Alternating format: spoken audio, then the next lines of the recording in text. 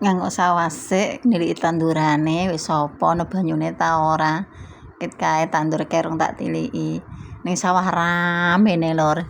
Enek wong ngarit, enek wong kae arep mluku, enek sing arep nyempret, ketemu tanggane kabeh do sibuk kabeh iki. Lho, tandurane ijo royo-royo. Kuwi rambanenku iku, sebelah kuwi. Lah, iku ana wong arep werono iki menuju sawah sing tak tuju kae sawahku kae. Lho, delok lur tandurane ijo royo. Alhamdulillah, muga-muga panen kabeh berkah barokah. Iki aku tak ngetutno wong iki ngisor wejati barang ngene iki karo anakku iki, ora dhewe iki. Ndelok iki genrok sawah barang ngono. Lho ya ning ngisor tebu kae lurus kae. Iku kae wis ana desa kae.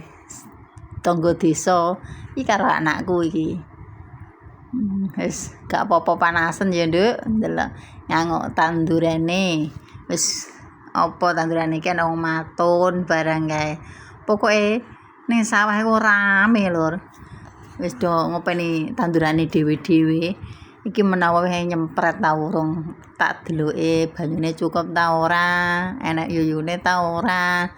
Ora apa-apa wong tanduran kudu ya ditiliki.